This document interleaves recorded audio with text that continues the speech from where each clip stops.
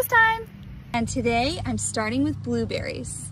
I have been patiently waiting for these blueberries, and so I am beyond excited right now. Wow, this is a big one.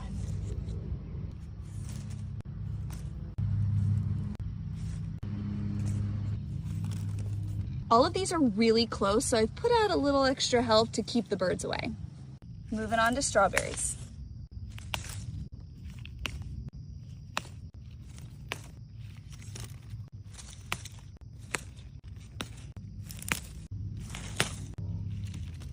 Wow.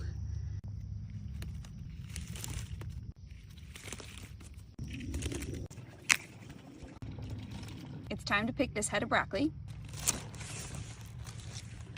And these broccoli side shoots